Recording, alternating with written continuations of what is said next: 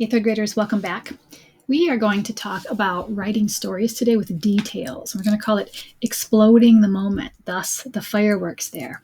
So if you haven't already watched the read aloud of Thank You, Mr. Falker by Patricia Polacco, you need to go do that now because we're going to talk about that story and some of the details that she has written about. So when we talk about exploding the moment, it's taking our ideas and really stretching them and adding lots of details to them. And I'm going to show you what I mean by showing you an example from that particular story. Okay, so let me get my slide to move down a little bit. Takes it just a second to adjust. So we're going to talk about taking an idea, right, and how that, comparing it to exploding a moment. So here's and what an idea is. Really, it's just simply telling your reader what happened in the story, right? It's like your plan, really. It's a good start, but it's not very interesting. It's not very exciting. So you might recall seeing this picture from the book where the boy Eric is really just taunting and bullying Trisha. And I wonder, did you catch on that Trisha is a nickname for Patricia Polacco? So this is actually an example of a personal narrative for her because this was her growing up. And now look, she's an accomplished author. She's very successful. So just because somebody has a struggle doesn't mean that they're not smart, that they can't do something in life, right? So use that as a lesson as well. So here is an example of what an idea is. It's in red, and it says, one day at recess, a boy followed Trisha to her hiding place and made fun of her by calling her names. She was so sad and afraid. Mr. Falker came to her rescue. He made the boy leave her alone. He asked Trisha why the boy was making fun of her. Right? That's what happened in the story. But Patricia Polacco adds lots of details. You might wonder, okay, how do I explode that moment? How do I take my idea? It's kind of what you would have on your power organizer, right? Kind of part of your plan. How do you take that idea and how do you explode it and really take it into a scene of what you can really see happening? So let me show you how it is written in the story. Okay, so when you explode a moment, you're really showing, not telling. And I bet you've had teachers say that to you before. Show me, don't just tell me, right? So you're going to do that through descriptive details. And some ways that you can do that, you can show action in a story.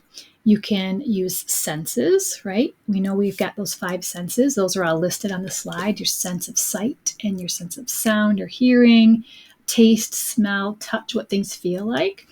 You also can add something called internal monologue. The word internal means inside, and monologue means one person talking. So inside talking, think about that. Ever talk yourself through things, right? That's an internal monologue. It's just your thoughts that are happening inside your own brain. So you might share someone's thoughts. You also might add some dialogue between characters to show us what's happening and not just tell us. So at the bottom in red is what I just read to you on the prior page. Now listen how it's in the story, how Patricia Polacco really takes that idea and she explodes that moment. It says, but one day at recess, Eric followed her to her secret hiding place. Okay, same thing that happened earlier down here, right? Let me get my mouse to show you right down in here, right? The exact same thing is happening. Okay. Have you become a mole? He laughed. So there is some conversation, right? You can see up here that there are those talking marks, those quotation marks, so you know somebody's talking. Have you become a mole? He laughed. And he pulled her into the hall. So there's some action. You can see that he's actually, right, grabbing a hold of her and pulling her into the hall. And he danced around her. Okay, so you can picture that action of him dancing around her. And then again, here are quotation marks, so we know that he's speaking. And here's what he says. Dumbbell, dumbbell, maggoty old dumbbell. Think about when I read that, when I read this book to my students, I feel kind of sick saying those words, right? That doesn't make me feel good. Imagine if you were the character who someone was saying that to you, right? Do you know how Trisha might feel? You can kind of think about if you were in her situation, right? How she might react, what that might make her feel like. Then it says that Trisha buried her head in her arms and curled up in a ball. Before, it just said she was sad and afraid, right? And she was. But when the author tells us that she buried her head, right, and she curled up in a ball, we can see that. We know what she's feeling without her saying anything, just by her actions, right? Suddenly, she heard footsteps. So there's using that sense of sound, right? Sense of hearing. It was Mr. Falker. He marched Eric down to the office. So in the previous idea, Mr. Falker came to her rescue and he made the boy leave her alone, right? Well, how did he do that? He took the boy to the office, right? He overheard what happened and he's taking him down there for him to serve his consequence, right? You can't treat people like that. And then, right, he came back and he found Trisha. I don't think you'll have to worry about that boy again, he said softly. So when he's speaking softly, that tells me that he's a kind, gentle person. And then Mr. Falker says, "What was he teasing you about, little one?" "I don't know," Trisha shrugged. So she didn't just, Trisha said, Trisha shrugged. You know what that looks like, right? Does she know why he's teasing her? She sure does. And we know that from reading the story. Mr. Falker doesn't know that, right? He's asking her for an answer, and she's not giving him one. So instead of just saying he asked Trisha why the boy was making fun of her, right? He does do that, but it shows us with some dialogue. What is he saying to her, and what's her response to him?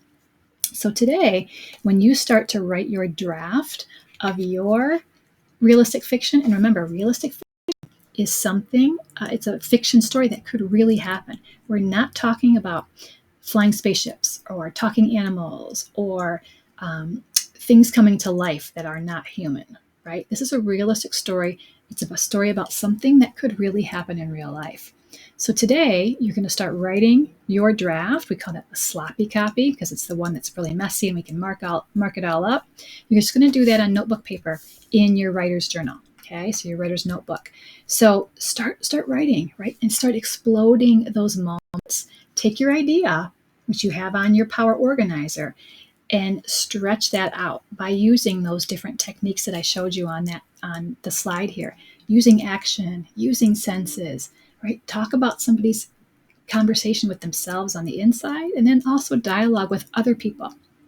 On this last slide, I've got a chart that's going to show you a little bit of how to show and not tell. It's just some really good examples, right? So over here on the right or the left side is where we're showing, really giving those details. And the right side is where they're telling. Okay, so let's just pick a couple of them. Let's look and say, Bailey was happy. Okay, so I'm going to click on my new tool and see if I can get it to work. Bailey was happy. Oh, look at that. I love it. So right here, we're looking, Bailey was happy. Instead of saying that, let's say, a gigantic grin spread across Bailey's face and her eyes lit up like the sky on the 4th of July. Ooh, so there's even a simile in there, right? So we know she's happy, right? That's easy to say, but a gigantic grin spreads across her face and her eyes light up like the 4th of July, right? We know she is ecstatic, super happy, super excited, right? So let's look at another one. How about down here? He felt sad. See that right there? He felt sad. How could we say that in a different way to show our reader that he's sad, not just telling them? An ache started deep in his stomach. He turned away as his eyes welled up with tears. So you know that not only is he feeling sad, but you know how sad he's feeling and you know what he's feeling like on the inside of his ache in his stomach. Have you ever been so sad that you just feel sick, right? Maybe a pet has passed away or maybe a friend moved, right? Some of us have felt that way before. So showing our reader, not just telling them, right? We want to make it really interesting. Let's look at this last one. I love this one. Brian was angry. Okay, he started to yell. People get mad, people yell. Instead of telling us that, show us. What does that look like? Brian pursed his lips. That means you kind of squeeze them together and clenched his fists into tight balls. Try as he might, he could not contain himself. Within seconds, he erupted like a volcano. Another simile. right? You've learned a lot about similes. I bet you could add some similes in your writing as well today when you're showing and not telling. Okay, so remember, you're going to use your notebook, your writer's notebook, to start writing, right? That first paragraph, your top triangle, right, onto your events of your other one. You're going to have 5 paragraphs, just like you have in every other writing we've done in 3rd grade. So keep in mind, right, that each of those shapes is one paragraph of your realistic fiction story.